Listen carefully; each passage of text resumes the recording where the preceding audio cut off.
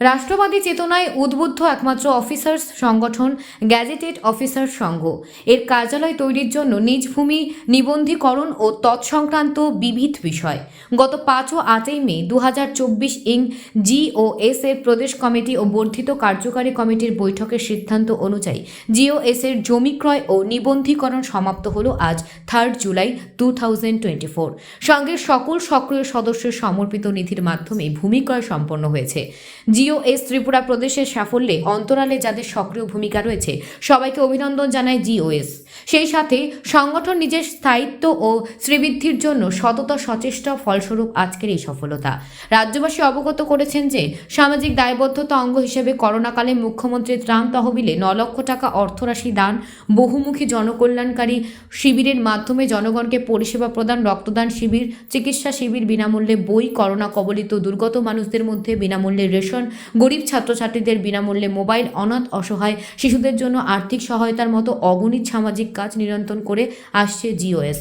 প্রসঙ্গত এই সব সামাজিক কর্মকাণ্ড পরিচালনা করতে এবং ত্রিপুরার 8টি জেলা, 23টি মহকুমা তথা 58টি ব্লকে প্রদেশ ও জনহিতে কর্মরত আধিকারিকদের বিভিন্ন পেশাগত সমস্যা, সুবিধা অসুবিধা, ইচ্ছা অনিচ্ছা সম্পর্কে অবগত হওয়ার প্রয়োজনে ভূমি ক্রয়ের সিদ্ধান্ত নেওয়া হয়েছিল। সে অনুযায়ী নিরন্তর প্রয়াসের ফল শুভ সন্ধ্যা সাংবাদিক বন্ধুরা। আজকে গ্যাজেটেড অফিসার সংঘ ত্রিপুরা প্রদেশের পক্ষ থেকে একটা খুশির বার্তা নিয়ে এবং সেই খুশির বার্তা রাজ্য জুড়ে আমাদের গ্যাজেটেড অফিসার সংঘের যে সমস্ত সদস্যরা রয়েছেন এবং আমাদের শুভাকাঙ্ক্ষী শুভানুধ্যায়ী যারা আছেন সবসময় আমাদের সাথে ছিলেন, সবার জন্য একটা খুশির বার্তা আপনাদের মাধ্যমে সারা ত্রিপুরা রাজ্যে ছড়িয়ে দেওয়ার জন্য আজকে এই সাংবাদিক সম্মেলন ডাকা হয়েছে। আমি গ্যাজেটেড অফিসার সংঘের সভাপতি তপন দাস, আমার সাথে আছেন আমাদের সাধারণ সম্পাদক দেবাশিস রায় মহোদয়, ওনার বাঁ দিকে আছেন আমাদের কৃষ্ণা ভট্টাচার্য মহোদয়া, উনি আমাদের পশ্চিম জেলার সভানেত্রী। এদিকে আছেন আমাদের সুমন্ত নন্দী, আমাদের অফিস সেক্রেটারি, আমাদের যে হেডমাস্টাররা আছেন এডুকেশনাল অফিসার্স ইউনিট, ওনার জেনারেল সেক্রেটারি জ্যোতির্ময় রায়। এখানে আমাদের হারাবন্ধ আছেন দেবাশিস বর্মন মহোদয় আছেন আমাদের সেক্রেটারি। আপনারা সবাই জানেন যে গত 5 এবং 8 মে 2024 সাল আমাদের ত্রিপুরা রাজ্য প্রদেশ কমিটির এবং বর্ধিত কার্যকারী কমিটির দুটো বৈঠক গেছে এবং সেই বৈঠকে যে গুরুত্বপূর্ণ সিদ্ধান্ত আমরা নিয়েছিলাম সেটা আমরা প্রেস রিলিজের মাধ্যমে আপনাদের মাধ্যমে রাজ্যের জনগণের সামনে আমরা তুলে ধরেছিলাম যে গ্যাজেটেড অফিসার সংঘ 2017 সালের 6ই আগস্ট যাত্রা শুরু করেছে এই ত্রিপুরা রাজ্যে। সেটা একটা আমাদের যাত্রাপথ, একটা ডেট যেটা আমাদের জিওএসের ইতিহাসে খুবই গুরুত্বপূর্ণ এবং সেদিন থেকে গ্যাজেটেড অফিসার সংঘ ত্রিপুরা প্রদেশ আমাদের সামাজিক দায়বদ্ধতার অঙ্গ হিসাবে আপনারা দেখেছেন যে আমরা করোনার সময় মাননীয় মুখ্যমন্ত্রীর ত্রাণ তহবিলে প্রায় 9 লক্ষ টাকা আমরা উঠিয়ে দিয়েছি। আমরা বহুমুখী জনকল্যাণমূলক শিবিরের মাধ্যমে রাজ্যের জনসাধারণকে বিভিন্ন রকম পরিষেবা আমরা প্রদান করেছি। আমরা রক্তদান শিবির আমরা করেছি, আমরা স্বাস্থ্য শিবির আমরা করেছি এবং করোনার সময়ে যারা গরিব ছেলেমেয়েরা যারা পাঠ্যপুস্তক কিনতে পারছিল না তাদেরকে বিনামূল্যে পাঠ্যপুস্তক দিয়েছি।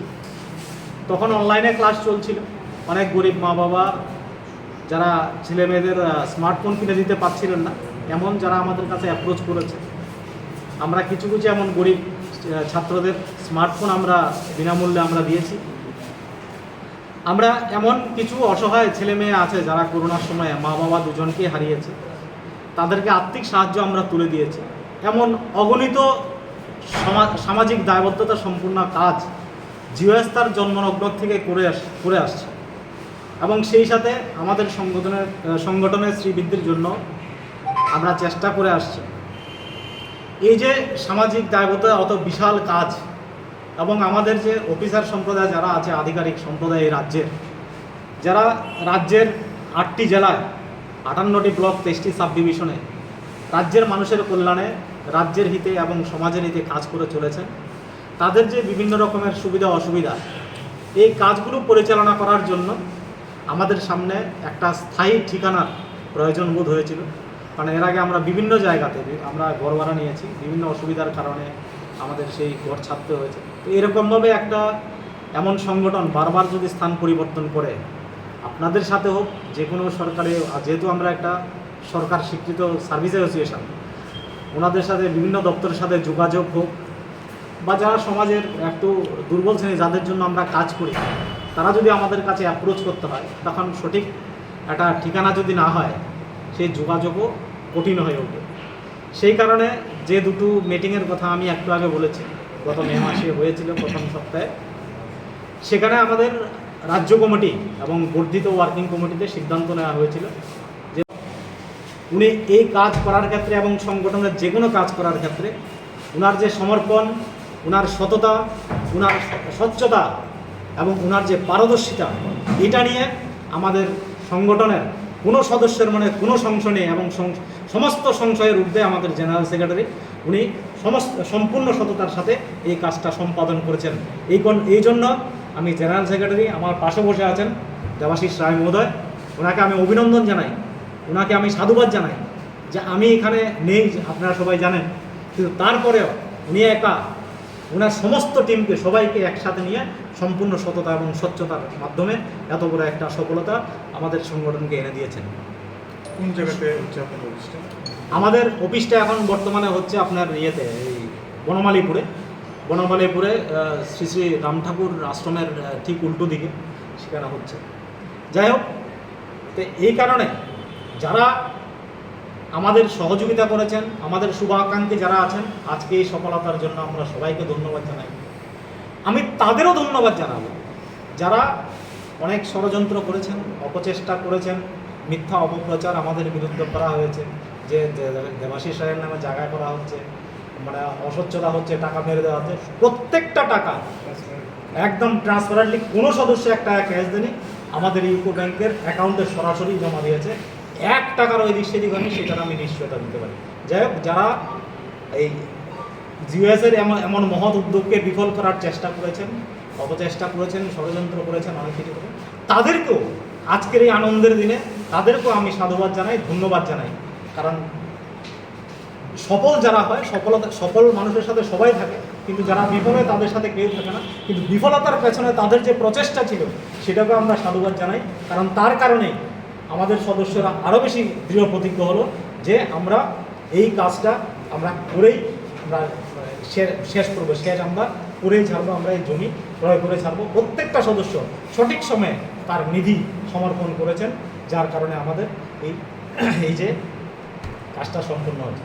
সেই সাথে আমি বিশেষ করে ধন্যবাদ দেব আমাদের এই বনমালীপুরের শ্রী শ্রী রাম ঠাকুর শ্যামা মন্দিরের যে কমিটি রয়েছেন, ওনার সমস্ত সদস্য, বয়স্ক সদস্য, যারা আমাদের অভিভাবকের মতো গাইড করেছেন, এবং বিশেষ করে যে আমাদের সেই কমিটির উপদেষ্টা শ্রী সুবল দেব মহোদয় অনেক সহায়তা করেছেন আমাদের। ওইখানের সম্পাদক শ্রী স্বপন কুমার বণিক মহোদয়, উনিও অনেক সহায়তা করেছেন, এবং সকলের সর্বাঙ্গীন সহযোগিতায়, আপনাদের সহযোগিতায়, আমাদের সমস্ত সদস্যদের সমর্পণ এবং নিষ্ঠা। গেজেট অফিসের সঙ্গের এই জমি 0.049 একর, অর্থাৎ প্রায় 2.25 ঘন্টা, 1935 স্কোয়ার ফিট, একদম চৌহদ্দিতে একটা স্কোয়ার টাইপের ভূমি। এবং রাম ঠাকুর আশ্রমের ঠিক অপোজিটে যে কল্যাণীদের লেন, সেই কল্যাণীদের লেনের এই লেনের মধ্যেই জমিটি অবস্থিত। তো আমরা বলবো এখানে শহরের প্রাণকেন্দ্রে এমন একটা ভূমিতে আমরা জিওএসের জমি সেটা নিতে পেরেছি। এটা সত্যি একটা ঐশ্বরিক আশীর্বাদ ছাড়া সেটা সম্ভব হয় না। এই জন্য সকল যারা এখানে এই প্রক্রিয়ার সঙ্গে যুক্ত রয়েছেন, আমি সংগঠনের সাধারণ সম্পাদক হিসেবে সবাইকে কৃতজ্ঞ চিত্তে নমন জানাচ্ছি এবং ধন্যবাদ জানাচ্ছি। আর আমাদের এই সর্বমোট জমির এই মূল্য 57 লক্ষ টাকা। তার মধ্যে আমরা একটা চেকের মাধ্যমে 20 লক্ষ টাকা জিওএসের তহবিল থেকে প্রথমেই দিই। আমাদের জিওএসের তহবিলে প্রতি বছর অডিট হয় চার্টার্ড অ্যাকাউন্টেন্ট দিয়ে। আমাদের প্রায় 25 লক্ষ টাকা অ্যাকাউন্টে ছিল, সে থেকে আমরা 20 লক্ষ টাকা প্রাথমিক বায়না বাবদ দিই এবং 26 তারিখে মে মাসের বাকি 37 লক্ষ টাকা আমরা দেই এবং আমাদের কাগজপত্রে ই স্টাম্পও 57 লক্ষ টাকার ভ্যালুর উপরেই করা হয়েছে, কারণ আমরা যে নিধি আমরা সদস্যরা দিয়েছি তা 100% অনলাইন ট্রান্সফার হয়েছে। 1 টাকাও কেউ চোখে ক্যাশ নেওয়া হয়নি এবং সেটা চেকের মাধ্যমে ওনাদের ব্যাংক অ্যাকাউন্টে ট্রান্সফার হয়ে গেছে এবং আজকে বিকালবেলা সদর সাব রেজিস্ট্রি অফিসে তার নিবন্ধীকরণ হয়, জমি নিবন্ধীকরণ হয়। আমরা অতি সত্বর তার পর্চা পেয়ে যেতে চলেছি। সবাইকে ধন্যবাদ এবং নমস্কার। স্যার আপনার সদস্য কেমন আছে আপনাদের? আমাদের সদস্য সংখ্যা অনেকে রিটায়ারমেন্টে চলে গেছেন, এখন 800 থেকে 900 আমাদের অ্যাক্টিভ মেম্বার আছে, তার মধ্যে আমাদের 400 থেকে 500 নিধি সমর্পণ করেছি। অভিযোগ ছিল যে আপনার নাম যে অভিযোগে করা হচ্ছে বিভিন্ন মিডিয়াতে বা জানা যাচ্ছে, সেটা বা কেন করা হচ্ছে বা আপনাদের বিরুদ্ধে এরকম অপপ্রচার কেন করা হবে, কারাবার করছে এবং তাদের আমি বুঝতে পেরেছি। দেখুন, প্রত্যেকটা সংগঠনই ত্রিপুরা রাজ্যে তার একটা প্রতিদ্বন্দ্বী হওয়ার কেউ কেউ চেষ্টা করে। তো আমাদের সংগঠনটা লড়াইয়ের মধ্য দিয়ে তৈরি হয়েছে। এই রাজ্যে রাষ্ট্রবাদী সরকার প্রতিষ্ঠার ক্ষেত্রে আমাদের সর্বতভাবে প্রচেষ্টা ছিল এবং এই লড়াইয়ের ভিত্তি কোনোভাবেই কাউকে অপপ্রচার করে বা কাউকে বদনাম করে এই ইউএসের যে ফান্ডামেন্টাল স্ট্রেংথ সেটাকে কখনোই দমিয়ে রাখা যায় না। তো এটা আধিকারিকদের সংগঠন, আমরা 100% ট্রান্সপারেন্সি অ্যান্ড অনেস্টি মেনটেন করে এই সংগঠন পরিচালনা করে আসছি। আপনাদের সঙ্গে আমাদের সম্পর্ক আজকে থেকে না, আপনারা সেই দীর্ঘদিন ধরে দেখে আসছেন ইউএস সর্বদাই বরাবর সমাজের জন্য নিবেদিত প্রাণ। আর যারা